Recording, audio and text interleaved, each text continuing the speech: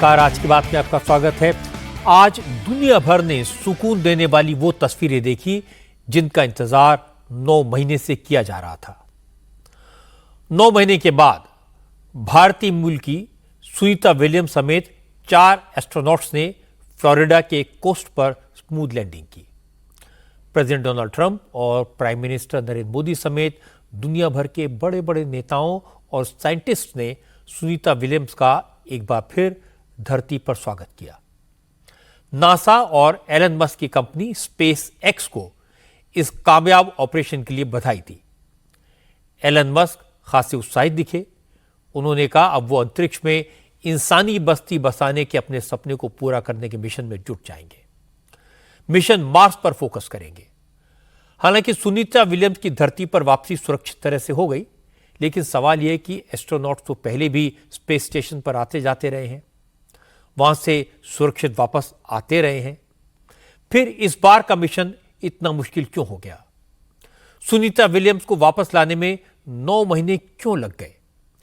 इस ऑपरेशन में क्या क्या चुनौतियां थी और स्पेस स्टेशन से अलग होने के बाद धरती तक की 17 घंटे की जर्नी में क्या क्या खतरे थे? ड्रैगन कैप्सूल की स्पीड को 28,000 किलोमीटर पर आवर से घटाकर 25 किलोमीटर पर आवर तक कैसे लाया गया? 9 महीने स्पेस में रहने के दौरान सुनीता विलियम्स की बॉडी पर कैसे कैसे इफेक्ट हुए, इस सारी डिटेल्स में आपके साथ शेयर करूंगा। लेकिन पहले आपको दिखाता हूं वो तस्वीर जिसे देखने के बाद पूरी दुनिया ने कहा, सुनीता वेलकम बैक टू अर्थ।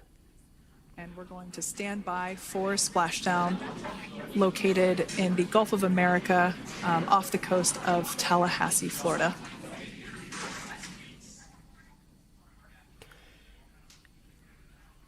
ये उस वक्त की तस्वीरें हैं जब 286 दिन के बाद सुनीता विलियम्स ने धरती पर कदम रखा। सुनीता विलियम्स और बुल विल्मोर ने 9 महीने और 13 दिन के बाद इंडियन टाइम के मुताबिक रात 3:27 पर फ्लोरिडा के तट पर लैंड किया। टेक्निकल लैंग्वेज में इसे स्प्लैश डाउन कहते हैं, क्योंकि जिस ड्रैगन कैप्सूल के जरिए उन्हें वापस लाया गया उसे फ्लोरिडा के पास समुद्र में उतारा गया। ड्रैगन कैप्सूल से पहले बुच विल्मोर बाहर आए और उसके बाद सुनीता विलियम्स निकली।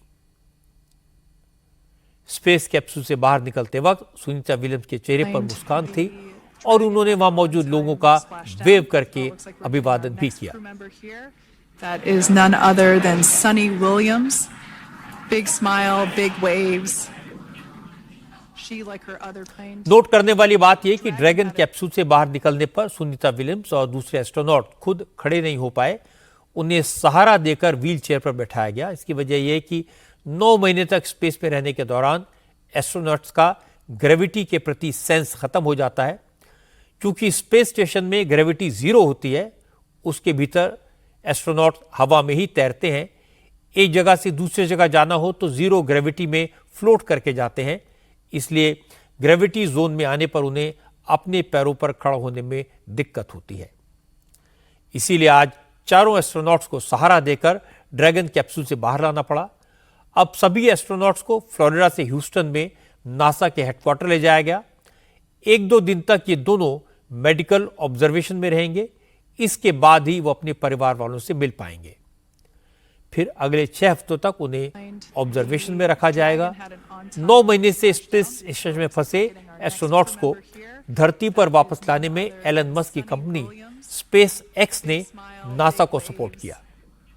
स्पेस एक्स के ड्रैगन कैप्सूल से ही इनकी वापसी संभव हो पाई।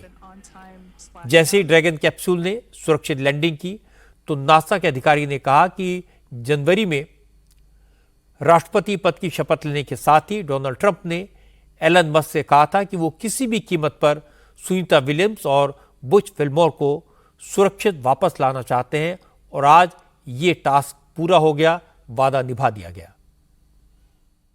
क्रू 9 की घर वापसी शानदार है। ये बढ़िया लैंडिंग थी।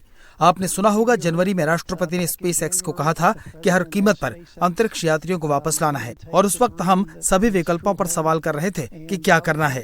क्रू 10 और क्रू 9 की क्या स्थिति है, इसे कैसे करेंगे?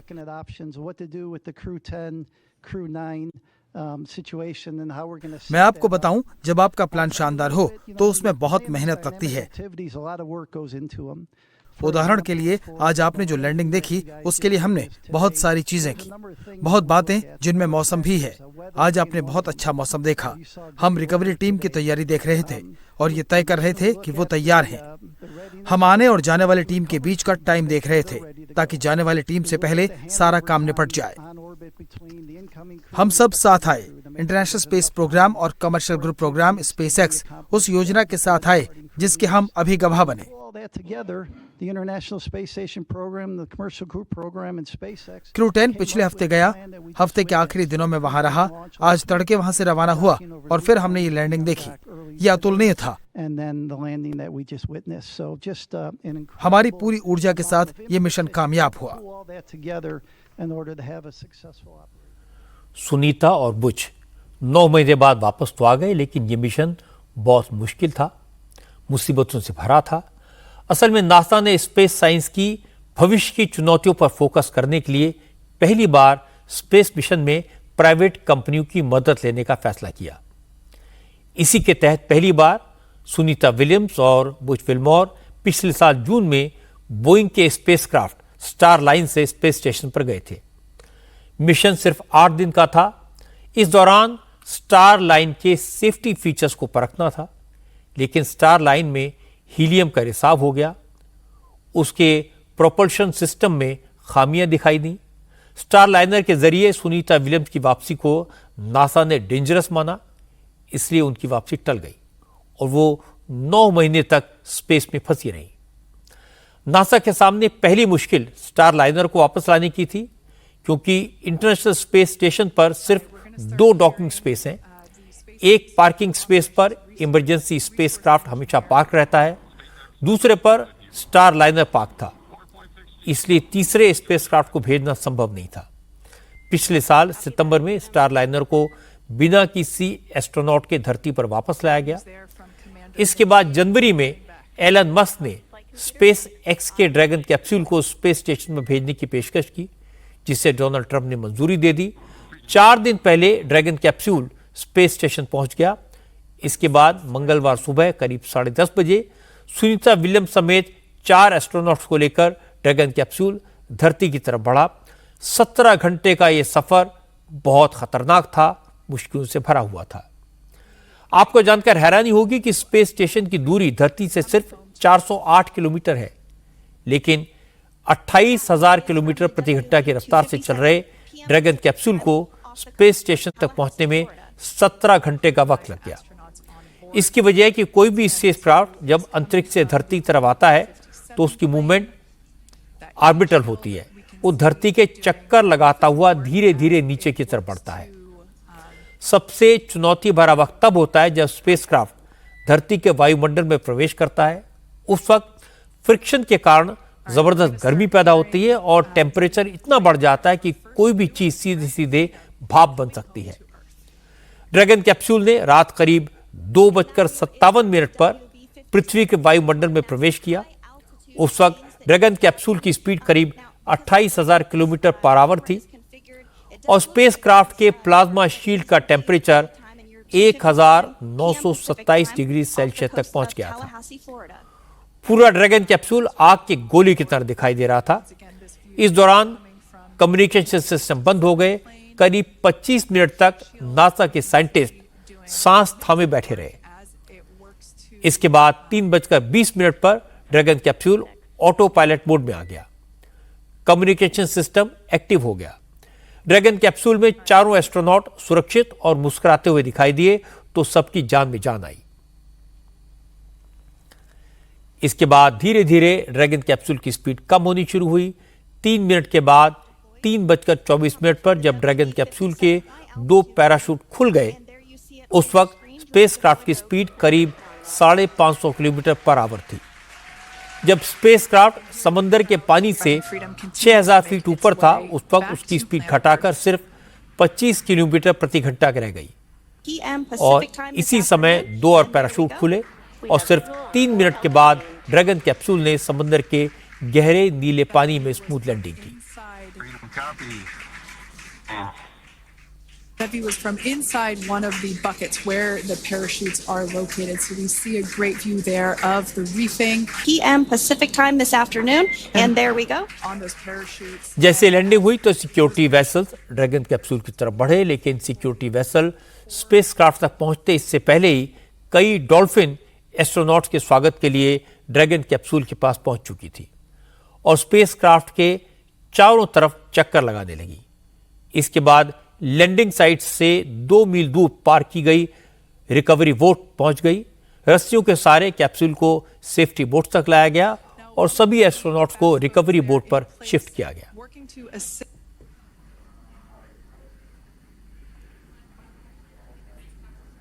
p.m. Pacific time this afternoon. हालांकि आज एलन मस्क ने एक और बड़ा खुलासा किया। उन्होंने कहा अगर जो बाइडेन एडमिनिस्ट्रेशन परमिशन दे देता तो सुनीता विलियम्स और बुश विल्मोर की वापसी बहुत पहले हो सकती थी। मस्क ने कहा उन्होंने फॉर्मर प्रेसिडेंट जो बाइडेन के सामने इस रेस्क्यू मिशन का ऑफर दिया था, लेकिन उन्होंने राजनीतिक कारणों की वजह से उनके ऑफर को रिजेक्ट कर दिया था। सुनीता विलियम्स और बुश विल्मोर 8 दिन के मिशन पर इंटरनेशनल स्पेस स्टेशन गए थे, लेकिन मजबूरी में 9 महीने तक वहां रहना पड़ा। लेकिन सुनीता विलियम्स ने इस मौके का पूरा इस्तेमाल किया। 9 महीने में उन्होंने करीब 900 घंटे तक रिसर्च किया, 150 से ज्यादा एक्सपेरिमेंट्स किए, अंतरिक्ष में जीवन की संभावनाओं को तलाश किया, 9 बार स्पेस वॉक किया, करीब 62 घंटे तक स्पेस स्टेशन से बाहर स्पेस में रही। इंटरनेशनल स्पेस स्टेशन के बाहरी हिस्से में आए कुछ फॉल्ट्स को रिपेयर किया। सुनीता विलियम्स की उम्र 59 साल है। इस उम्र में 9 महीने तक स्पेस में रहना, इतनी बार स्पेस वॉक करना आसान नहीं होता। लेकिन सुनीता काफी एक्सपीरियंस एस्ट्रोनॉट हैं। वो इससे पहले भी 2 बार स्पेस स्टेशन में जा चुकी हैं। पहली बार 2006-2007 में वो 196 दिन तक स्पेस में रही। फिर 2012 में 127 दिन स्पेस स्टेशन पर बिताए और इस बार 286 दिन रहकर वापस लौटी। यही वजह है कि 9 महीने तक स्पेस में फंसे रहने के बावजूद जब वो धरती पर लौटी तो सुनीता विलियम्स के चेहरे पर मुस्कान थी। सुनीता विलियम्स वापस तो लौट आई हैं, लेकिन उन्हें नॉर्मल होने में काफी वक्त लगेगा। आपने देखा होगा कि सुनीता विलियम्स अपने पैरों पर चल नहीं पाई थी। एस्ट्रोनॉट स्पेस में वॉक नहीं करते, इनके पैर बेबी फीट की तरह हो जाते हैं। और भी कई तरह की कॉम्प्लिकेशन होती है, इसलिए अंतरिक्ष में वापसी के बाद सुनीता विलियम्स को एक कंप्लीट रिकवरी प्रोसीजर से गुजरना होगा। और यही वजह है कि सुनीता विलियम्स और बुश विल्मोर को ड्रैगन कैप्सूल से उतारते ही सीधे स्ट्रेचर पर लाया गया और मेडिकल निगरानी में भेज दिया गया। एक्सपर्ट्स के मुताबिक बहुत समय तक अंतरिक्ष में रहने से माइक्रोग्रेविटी में मसल्स कमजोर होने लगती हैं, बॉडी का बैलेंस बिगड़ जाता है और बॉडी में फ्लूइड शिफ्ट होने लगते हैं।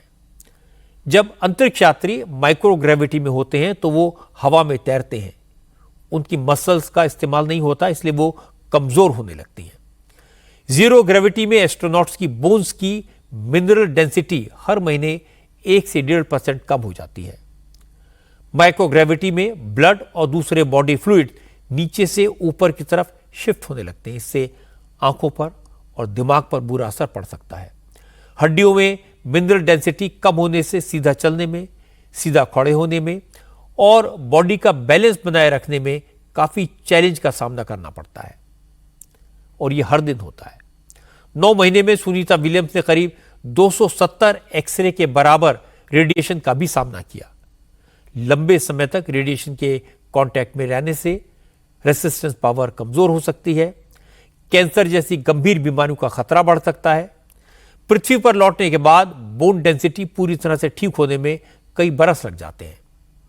तो कुल मिलाकर यह समझना चाहिए कि लंबे समय तक स्पेस में रहने के लिए बहुत हिम्मत, बहुत कंट्रोल की जरूरत है, बहुत स्ट्रांग होने की जरूरत है और सुनीता विलियम्स ने यह करके दिखाया। इस वक्त पंजाब से बड़ी खबर आ रही है। पंजाब हरियाणा के बॉर्डर पर जबरदस्त हलचल है। पंजाब पुलिस ने शंभू और खनौरी बॉर्डर पर धरना दे रहे किसानों के खिलाफ एक्शन शुरू कर दिया है। पंजाब पुलिस ने शंभू बॉर्डर पर लगे किसान संगठनों के टेंट उखाड़कर फेंक दिए हैं। 1 साल से धरने पर बैठे किसान संगठनों के नेताओं को पंजाब पुलिस ने हिरासत में ले लिया है। 4 महीने से भूख हड़ताल कर रहे जगजीत सिंह डल्लेवाल के अलावा सरवन सिंह पंडेर, अभिमन्यु कोहार, काका सिंह कोटरा और मंजीत सिंह राय जैसे तमाम किसान नेताओं को पुलिस ने डिटेन कर लिया है। आज चंडीगढ़ में किसान संगठनों के साथ कृषि मंत्री शिवराज सिंह चौहान और कॉमर्स मिनिस्टर पीयूष गोयल ने लंबी मीटिंग की। दोनों मंत्रियों ने 3 घंटे से ज्यादा तक किसान नेताओं की बात सुनी। अच्छे माहौल में मीटिंग खत्म हुई। फैसला यह हुआ कि 4 मई को अगली मीटिंग होगी। उसमें सरकार किसान नेताओं के सुझावों पर विचार करने के बाद अपना पक्ष रखेगी। मीटिंग खत्म होने के बाद अचानक पंजाब पुलिस का एक्शन शुरू हुआ। मोहाली बॉर्डर पर जबरदस्त बैरिकेड लगा दिए गए।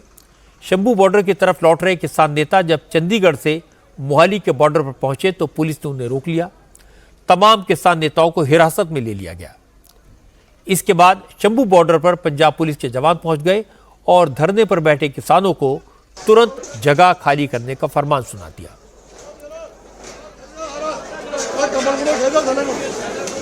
पता लगा कि शंभू और खनौरी बॉर्डर के आसपास के सारे एंट्री पॉइंट्स पर कई जिलों की पुलिस फोर्स तैनात कर दी गई है। बैरिकेडिंग की गई है।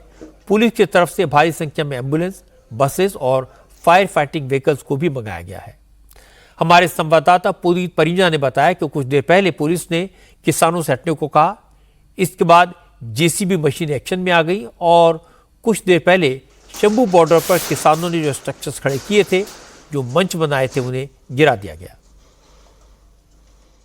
जेसीबी मशीन यहां पर अब काम करती हुई नजर आ रही है। तस्वीरें देखेंगे कि जेसीबी मशीन से यहां पर जितने भी स्ट्रक्चर थे किसानों के, वो यहां पर तहस नहस कर दिए गए हैं। ये किसानों का दफ्तर हुआ करता था जहां पर सरवन सिंह पंडेर बकायदा बैठक लिया करते थे, मीटिंग लिया करते थे, लेकिन अब इसे पूरी तरह से ध्वस्त कर दिया गया है। दूसरी तरफ मैं आपको तस्वीर दिखाऊं तो आप देखेंगे ये मंच बनाया गया था, बकायदा मंच तैयार कर दिया गया था। यहाँ पर टीन और एंगलान के जरिए ये तमाम जो चीजें हैं फिलहाल अब तोड़ दी गई हैं। ये आप देख सकते हैं भारी भरकम एंगलान जो थे वो लगाए गए थे। माइक जो है वो यहाँ पर टूटा हुआ पड़ा है और ये आप तस्वीरें इस वक्त आप शंभू बॉर्डर से देख रहे हैं। ये मंच पूरी तरह से नस्तेनाबूद कर दिया गया है, बिल्कुल तोड़ दिया गया है और इसी तरह की ये तस्वीरें जो हैं यहाँ पर नजर आ रही हैं। मंच बिल्कुल पूरी तरह से टूट चुका है। यहीं पर किसान जो थे अपनी सभा किया करते थे।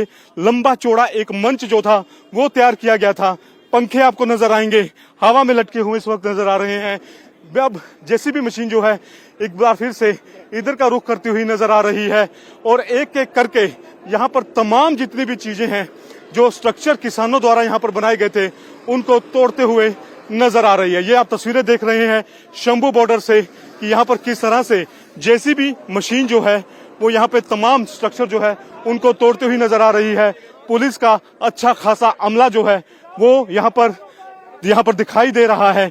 शंभू बॉर्डर जो है, जो थोड़े दिनों पहले तक जंग का मैदान बना हुआ था, इस वक्त यहाँ पर पुलिस की छावनी में तब्दील हो चुका था।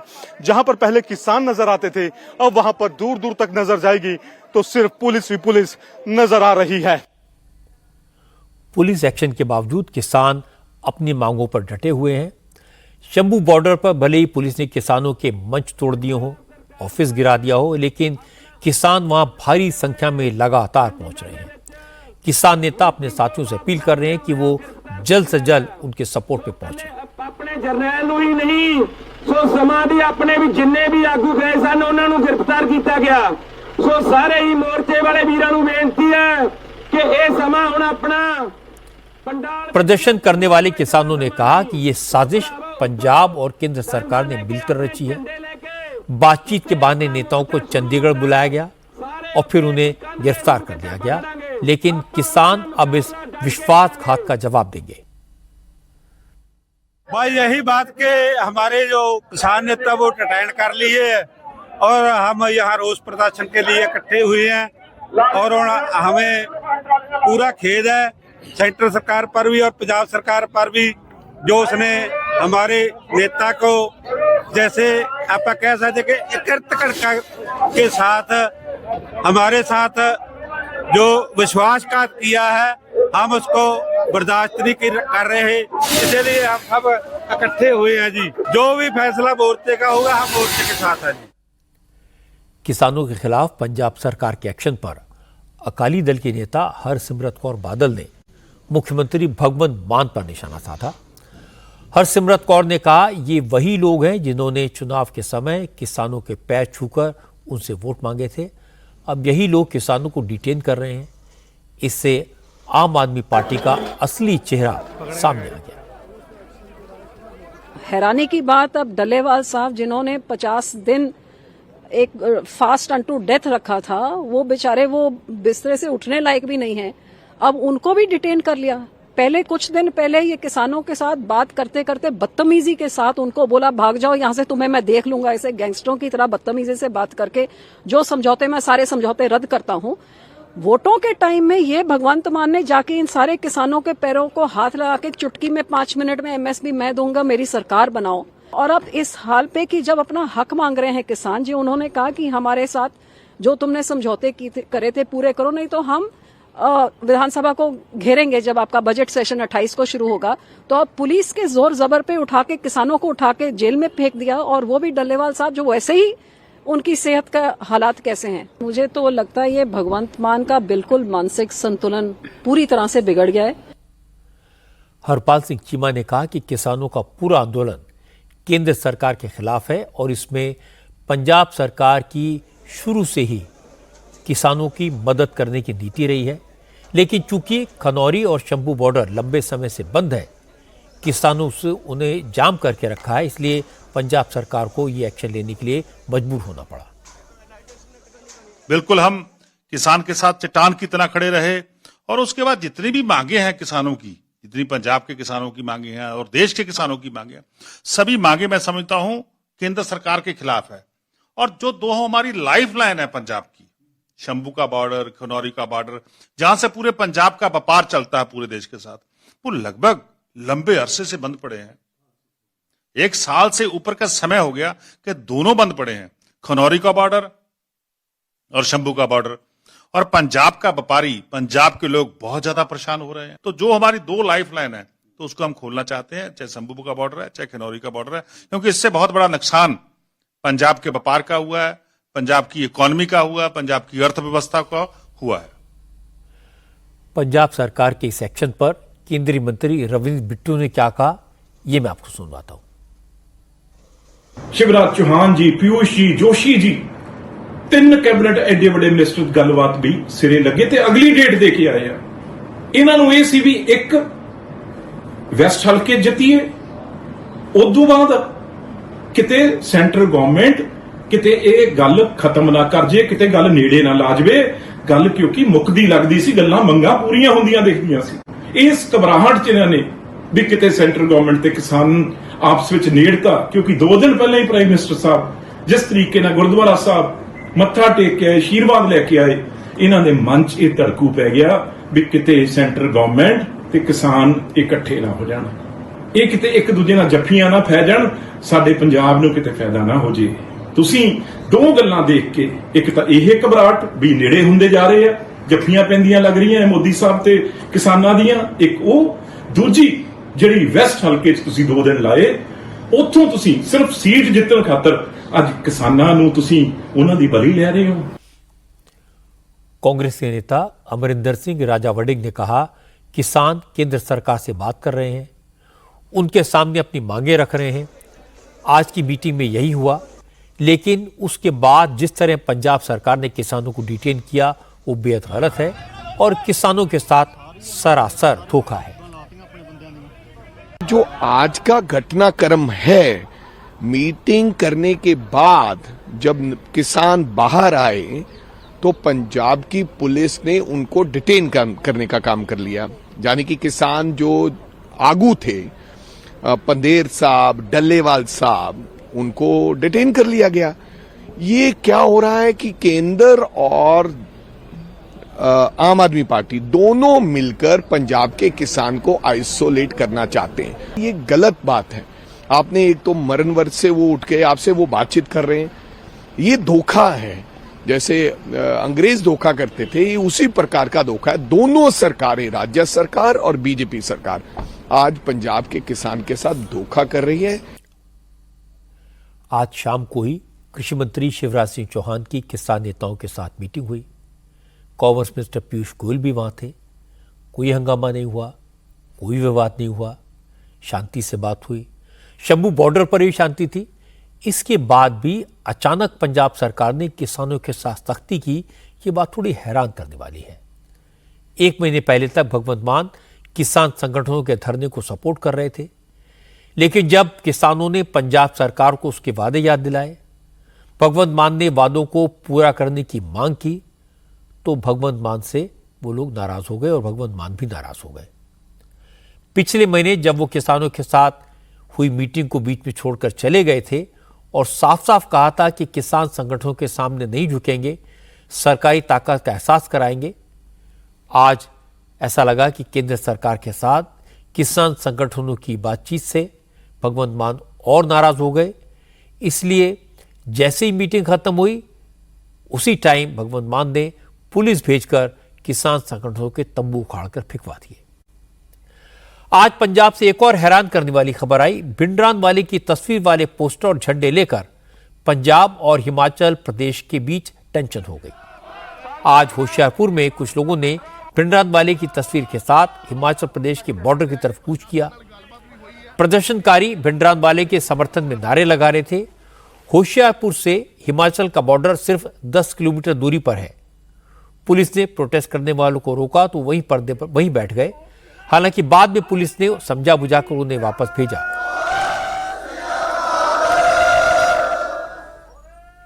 होशियारपुर के एसपी मनोज ठाकुर ने कहा कि पुलिस पूरी एहतियात बरत रही है।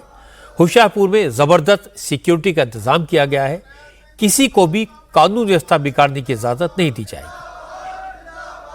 होशियारपुर में नहीं है, हमने हर जगह पे नाके लगे हुए हैं हमारे, और ऐसी कोई बात नहीं। आपने देखा प्रोटेस्ट चल रहा था तो इनसे भी बात हुई है, तो यहीं हम इनको आगे नहीं जाने दे रहे हैं और यहीं प्रोटेस्ट जो है खत्म कराएंगे। यहाँ से तो 10 किलोमीटर के करीब है बॉर्डर, हिमाचल का बॉर्डर 10-15 किलोमीटर करीब। यहाँ पर पूरी सिक्योरिटी लगी हुई है हमारी बस स्टैंड में भी, और नाके लगे हुए हैं हर जगह पे।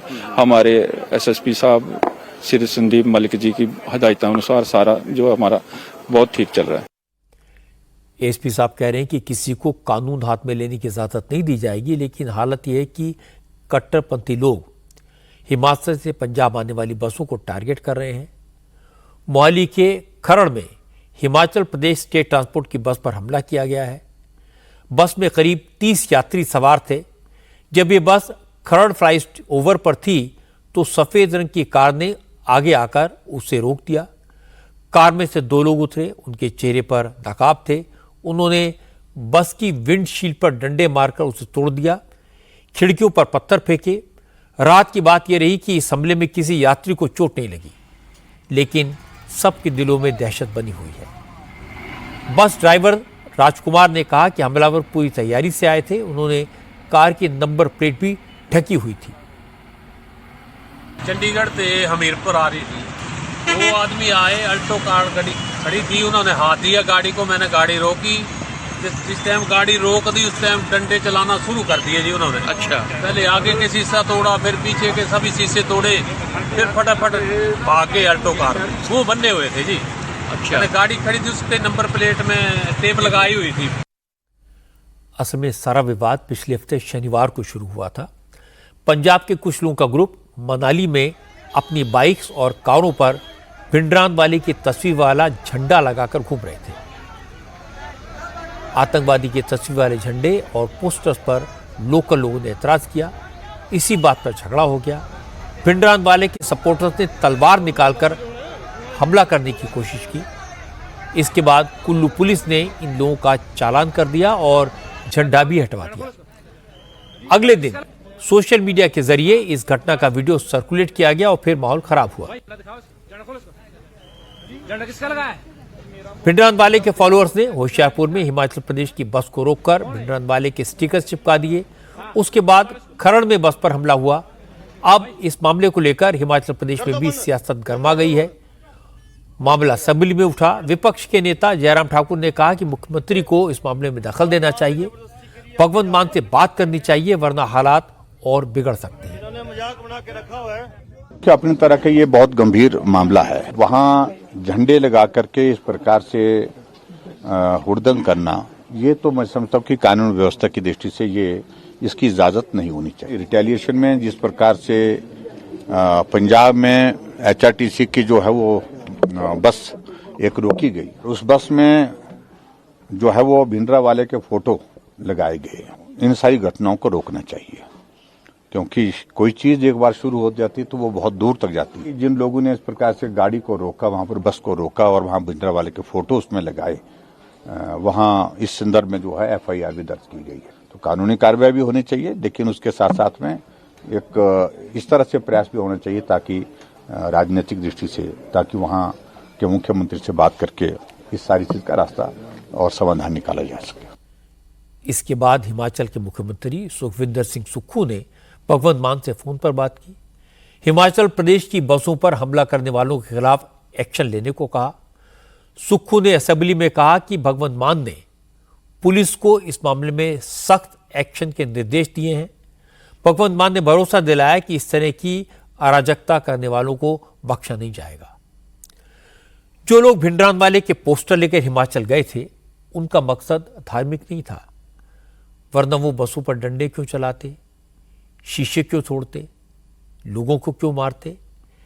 ये गिने चुने शरारती एलिमेंट्स हैं जो गड़बड़ करते हैं, और पंजाब में रहने वाले ज्यादातर लोग अमन पसंद हैं। हिमाचल के लोगों का पंजाब के लोगों से कोई टकराव नहीं है।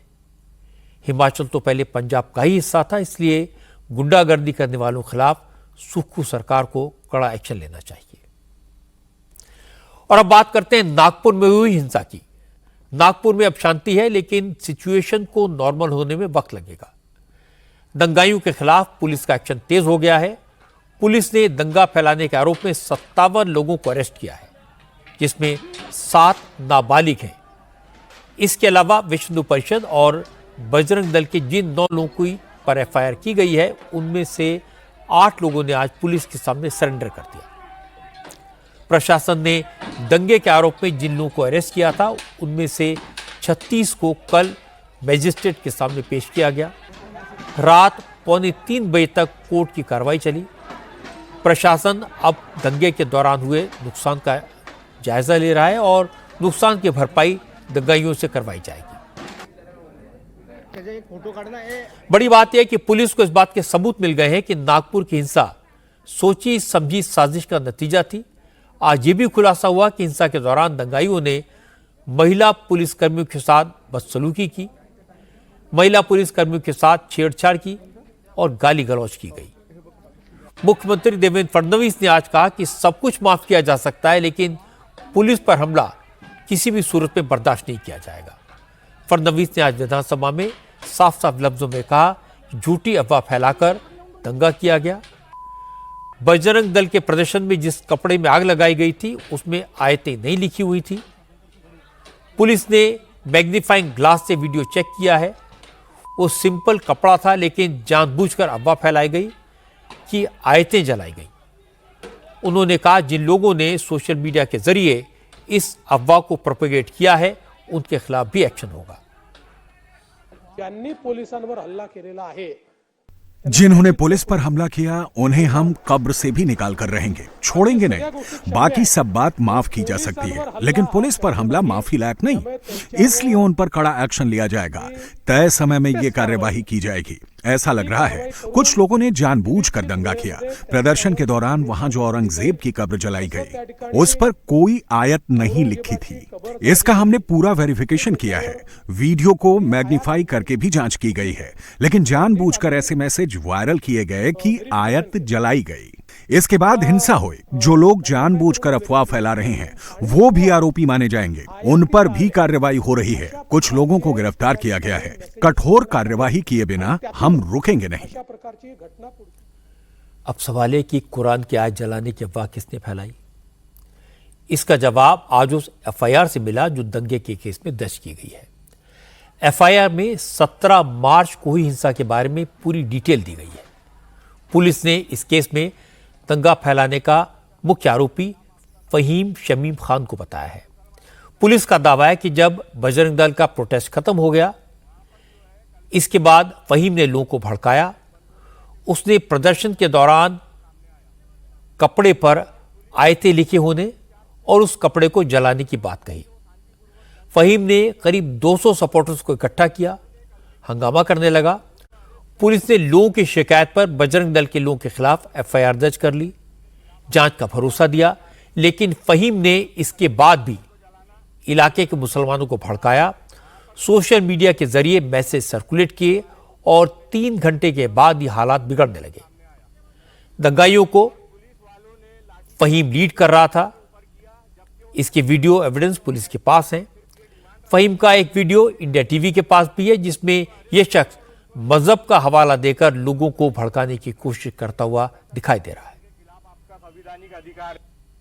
मुसलमानों की कलमे की चादर को जलाना, ये कहाँ की बात हुई? वहाँ पर जो है कलमे की चादर को जलाई गई, जिसमें हमारे कुछ बंदों ने जाके विरोध किया और उसके बाद में प्रकरण सामने आया और पुलिस वालों ने लाठीचार्ज सिर्फ एक पक्ष के ऊपर किया, जबकि वो शांतिपूर्वक ढंग से वहाँ बैठकर सिर्फ ये डिमांड रख रहे थे कि जिन्होंने कलमे की चादर जलाई उनको अरेस्ट करो और उनको लेकर आओ। लेकिन मसला ये हुआ, आज यहाँ पे हमारे को जो है डीसीपी और एसीपी साहब ने जो है आश्वासन दिया कि, और वो हमेशा आश्वासन वाला लॉलीपॉप मिलता है हमारे को। अभी हमने वही बात की है कि आप कल बुलाओगे, उसको एक नोटिस देंगे और 2 घंटे के बाद में उसको सलाम दुआ कर देंगे, फिर उसकी डेयरिंग बढ़ जाएंगी और फिर यही काम करेगा। और दूसरा, अगर हमारे खुद के ही अल्पसंख्यक आयोग के जो चेयरमैन है वो हजरत औरंगजेब के खिलाफ जो ये सारी चीजें बोल रहे, आज वो कहाँ है? जिन मुद्दों के ऊपर उनको बोलना चाहिए तब उनके फोन नहीं आते। आज वो हजरत औरंगजेब के खिलाफ उन्होंने खुद कहा, और मस्जिद के अंदर में जब वो गेट तोड़ के घुसा गया उस पर भी उनका कोई प्रतिक्रिया नहीं। लेकिन भाजपा के जितने मुद्दे निकलते हैं उसके लिए समर्थन में खड़े हो जाते हैं। तो हमें ऐसे अल्पसंख्यक आयोग के मुसलमानों के रहनुमा की जरूरत नहीं, हमें कौम को लीडर की जरूरत है, डीलर की नहीं है। अल्हम्दुलिल्लाह ये कौम जो है अपने हक के लिए खुद आवाज उठा लेंगी। आपने देखा फहीम खान किस तरह से लोगों को पुलिस के खिलाफ भड़का रहा था। फहीम खान का बैकग्राउंड मैं आपको बता देता हूं। फहीम के खिलाफ पहले से ही 3 केस दर्ज हैं। माइनॉरिटीज डेमोक्रेटिक पार्टी नाम का एक राजनीतिक दल है। फहीम इस पार्टी की नागपुर यूनिट का प्रेसिडेंट है। फहीम ने नागपुर से नितिन गडकरी के खिलाफ लोकसभा का चुनाव लड़ा था, लेकिन उसकी जमानत जब्त हो गई थी। अब उसने अपनी सियासत चमकाने के चक्कर में नागपुर में ही आग लगाने की साजिश रची। फहीम ने अफवाह फैलाई कि बजरंग दल के लोगों ने आयतें लिखी चादर को जलाया, लेकिन आज विश्व हिंदू परिषद और बजरंग दल के नेताओं ने दावा किया कि प्रोटेस्ट के दौरान जो कपड़ा जलाया गया वो हरे रंग की साड़ी थी, उस साड़ी पर कुछ नहीं लिखा था। बजरंग दल के नेताओं ने कहा कि प्रदर्शन के दौरान पुराने कपड़ों से औरंगजेब की कब्र बनाकर उसे जलाया गया। बजरंग दल के नेताओं ने कहा कि किसी के धार्मिक प्रतीक चिन्हों को जलाने का क्या प्रभाव पड़ेगा, ये बात वो अच्छी तरह जानते हैं, इसलिए ऐसा काम वो कभी कर ही नहीं सकते। कपड़ा कहाँ से आया था? नहीं, कपड़ा लाया ही नहीं गया था। वो कपड़े का एक पूरा यानी उसमें साड़ियाँ ये वो बनाकर उसका ये बनाया था, कबर बनाई थी हमने। कपड़ा कहीं से भी लाया नहीं था, वो साड़ी थी और वो साड़ी के इसमें किया था, वो हरी कलर की साड़ी थी। वो कपड़ा था, उसको कोई चादर कहेगा तो हम क्या कर सकते हैं उसके लिए। और हम कोई इतने मूर्ख नहीं है कि हम किसी की धार्मिक भावनाओं को लेकर के वहां पे कुछ करेंगे। क्या हमको इतना समझ में नहीं आता कि ये करने के बाद में क्या होने वाला है करके? तो क्या हम इस प्रकार की वहां पर ये करेंगे? ये झूठ बात है, गलत बात है, षड्यंत्र के तहत लगाया गया आरोप है। अपनी बात को सिद्ध करने के लिए हमारा कोई भी कार्यकर्ता इस प्रकार की गलती मूर्खता कर नहीं सकता, इसकी मैं गारंटी दे सकता हूं। नागपुर के पुलिस कमिश्नर रविंद्र सिंघल ने कंफर्म किया कि आयतें लिखी चादर जलाने की बात पूरी अफवाह थी। प्रदर्शन के वक्त पुलिस मौजूद थी, अगर ऐसा कुछ होता तो पुलिस इंटरवीन करती। रविंद्र सिंघल ने कहा बजरंग दल का प्रोटेस्ट शांतिपूर्ण ढंग से खत्म हो गया था। हिंसा उसके 3 घंटे बाद शुरू हुई। इन्हीं 3 घंटों में अफवाह फैलाकर माहौल खराब किया गया। शाम को जिस तरह अलग अलग इलाकों से अचानक भीड़ निकली और हिंसा में मशगूल हो गई, उससे साफ है जो हुआ वो साजिश के तहत हुआ। पुलिस का कहना है कि इस हिंसा में बाहरी लोग शामिल थे, इसलिए एफआईआर में जिन 50 आरोपियों के नाम हैं उनमें बहुत से लोकल नहीं हैं। पुलिस कमिश्नर ने कहा कि पुलिस को बहुत सारे क्लूज मिले हैं, लेकिन उन सब का खुलासा वक्त आने पर किया जाएगा। कि एक एरिया में हुआ था ये, उसके बाद में हंसापुरी एरिया जो दूसरा एरिया है तो उसमें पहुंचा, तो इसमें हम वही कॉन्स्पिरेसी दिखाई देती है इसमें, जो कि थ्रू हो सकता है इसके थ्रू जैसे सोशल मीडिया के थ्रू हमको लग रहा है, या फ़ोन्स जो गए हैं तो वो सीडीआर के थ्रू ये सारी चीज़ें हमारी चल रही हैं। और इसमें ज़रूर ये नज़र आता है कि कुछ कंस्पायर किसी ने तो किया है कि ऐसा इंसिडेंट यहाँ पे हुआ है तो आप भी कुछ कीजिए। इस तरह का भी हमारी जो इन्वेस्टिगेशन में ये सारी चीज़ें आ रही हैं सामने। और सुबह के इंसिडेंट के बाद में फिर ये लोग सब मिले हैं, तो वही जैसे मैंने बताया कि इसमें जो वो लिंक है किस कैसे इन्फॉर्मेशन गई, अगर ये बाहर से लोग आए, वही चीज़ हम देख रहे हैं। इसमें कुछ है, इसमें जो एंगल इस तरह का नज़र आ रहा है जो कि मैं अभी मीडिया के सामने नहीं बता सकता, बट वो एंगल एस्टेब्लिश इसमें हो रहा है और वो हम लोग कर रहे हैं। नागपुर के मामले में सही है कि दंगा भड़काने के लिए अफवाह फैलाई गई। मास्टरमाइंड फहीम खान कोई बहुत पॉपुलर लीडर नहीं है। वो नितिन गडकरी के खिलाफ जब चुनाव लड़ा था तो उसे करीब 1073 वोट मिले थे और गडकरी को 6,55,000 से ज़्यादा वोट मिले थे। लेकिन लोगों की भावनाएं भड़काकर उन्हें उकसाने के लिए ज़्यादा सपोर्ट की ज़रूरत नहीं होती। फहीम खान ने इसी सेंटिमेंट का फ़ायदा उठाया। वो जानता था कि आयतें जलाने की बात लोगों को तीर की तरह चुभेगी, हिंसा भड़काना आसान होगा, इसीलिए हिंदू हो या मुसलमान, सोशल मीडिया पर फैलाई गई बातों का, व्हाट्सएप पर मिले मैसेजेस का बिना सोचे समझे यकीन नहीं करना चाहिए। इसका एक और एग्जाम्पल बुरहानपुर में भी मिला। बुरहानपुर में एक सोशल मीडिया पोस्ट के चक्कर में माहौल खराब हो गया। हजारों लोग सड़कों पर उतर आए। हुआ ये कि इंस्टाग्राम पर किसी मुद्दे पर कुछ लोग कमेंट कर रहे थे। इसी दौरान 21 साल के एक लड़के ने इस्लाम को लेकर कुछ आपत्तिजनक बात लिख दी। इस लड़के के कमेंट का स्क्रीनशॉट लेकर सोशल मीडिया पर सर्कुलेट किया गया और कुछ ही घंटों के बाद रात करीब 10 बजे बुरहानपुर के लोहार मंडी इलाके में हजारों लोग नारेबाजी करते हुए घरों से निकल आए। लोगों ने पुलिस स्टेशन को घेर लिया और वो आरोपी के खिलाफ एक्शन की मांग करने लगे। हालांकि हालात खराब होते इससे पहले कलेक्टर हर्ष सिंह और एसपी देवेंद्र पाटीदार मौके पर पहुंच गए। हंगामा कर रहे लोगों को समझाया। इंस्टाग्राम पर पोस्ट करने वाले 21 साल के युवक को हिरासत में लिया, जिसके बाद मामला शांत हुआ। पुलिस ने लोगों से सोशल मीडिया पर आपत्तिजनक पोस्ट न करने की अपील की है और ये भी कहा अगर किसी को कुछ शिकायत है तो पुलिस के पास आए, कानून हाथ में न ले। मेरा सिर्फ एक ही अपील है कि कहीं भी कोई घटना रहती है हम हमारे स्थानीय स्तर पे उसको सोशल मीडिया चाहे फेसबुक, इंस्टा या और भी कोई प्लेटफॉर्म है उसको गलत तरीके से प्रस्तुत न करें, आपत्तिजनक पोस्ट न करें, भ्रामक पोस्ट न करें, उसकी ऑथेंटिसिटी को रखें। अगर कोई ऐसी चीज़ है तो पुलिस को सूचना दें, पुलिस वैधानिक कार्रवाई के स्वयं कानून हाथ में लें। और जहाँ तक हो ऐसे आपत्तिजनक या जो अनऑथेंटिक तरह की जो भी पोस्ट है उसको बिल्कुल भी अपने सोशल मीडिया पे शेयर न करें, क्योंकि सोशल मीडिया के माध्यम से, अफवाह के माध्यम से आम लोगों में अशांति और एक असुरक्षा का भाव आता है और वो कहीं ना कहीं परेशानी का कारण है। इसको लेकर हमने एडवाइजरी भी जारी की है और लगातार बताया कि अगर कोई ऐसी आपत्तिजनक पोस्ट करेगा तो निश्चित रूप से सख्त वैधानिक कार्रवाई। बुरहानपुर की घटना इस बात का सबूत है कि सोशल मीडिया पर कमुनल बातें फैलाना, लोगों को भड़काना कितना आसान है। जो बात जितनी जहरीली होती है वो उतनी ही तेजी से वायरल हो जाती है और बुरहानपुर में यही हुआ। सोशल मीडिया पर पोस्ट की गई हर बात सच नहीं होती। अगर कोई किसी धर्म का अपमान करे, किसी के मजहब के बारे में उल्टी सीधी बात करे, तो ऐसी पोस्ट की शिकायत पुलिस से करनी चाहिए। किसी को भी कानून अपने हाथ में नहीं लेना चाहिए। पिछले दिनों ऐसी कई घटनाएं हुई हैं जिनके पीछे सोशल मीडिया की नेगेटिव और बेबुनियाद बातें थी, इसलिए सावधान रहने की जरूरत है। बिहार विधानसभा में आज एक दिलचस्प नजारा देखने को मिला। मुख्यमंत्री नीतीश कुमार ने सदन के अंदर इशारों में तेजस्वी यादव से कई बातें कही। नीतीश ने मजाक किया, गाल की तरफ इशारा करते हुए तेजस्वी से पूछा, आजकल शेव क्यों नहीं करते।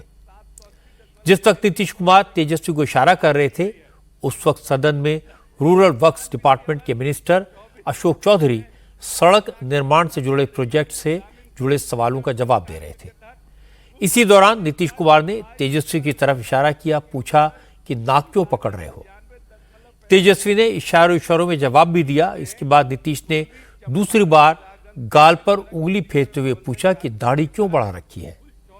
तेजस्वी इस पर कुछ नहीं बोले और इसके बाद नीतीश कुमार ने प्रेस गैलरी में बैठे रिपोर्टर्स की तरफ देखा और तेजस्वी की तरफ इशारा करते हुए कहा कि देखिए तेजस्वी का क्या हाल है। नीतीश और तेजस्वी के बीच इशारों में हो रही बातचीत को देखकर आसपास बैठे मंत्री अपनी हंसी नहीं रोक पाए। आजकल नीतीश कुमार कई ऐसी हरकतें करते हैं जिसको लेकर लोग हैरान हो जाते हैं और इसीलिए तेजस्वी यादव को बार बार उनकी सेहत और मानसिक स्थिति के बारे में कमेंट करने का मौका मिलता है। नीतीश कुमार विधानसभा में तेजस्वी को इशारे कर रहे थे, उस वक्त Lalu Yadav land for job case में ईडी के सवालों के जवाब दे रहे थे। एनफोर्समेंट डायरेक्टरेट की टीम ने लालू यादव से करीब 4 घंटे तक पूछताछ की।